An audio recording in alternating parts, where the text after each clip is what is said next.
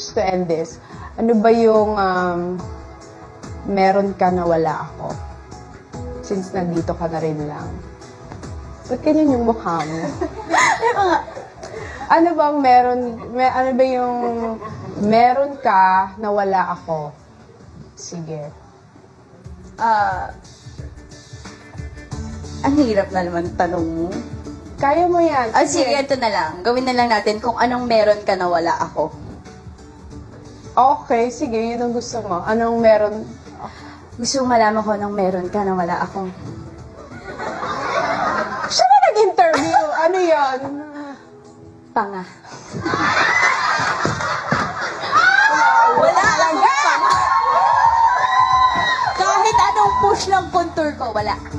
Ikaw, nakuha mo. Bigay mo na sa akin yung panga. Uy, ang trademark ko yun. Yung panga ko. Siyempre marami ka namang meron na wala ako, kaya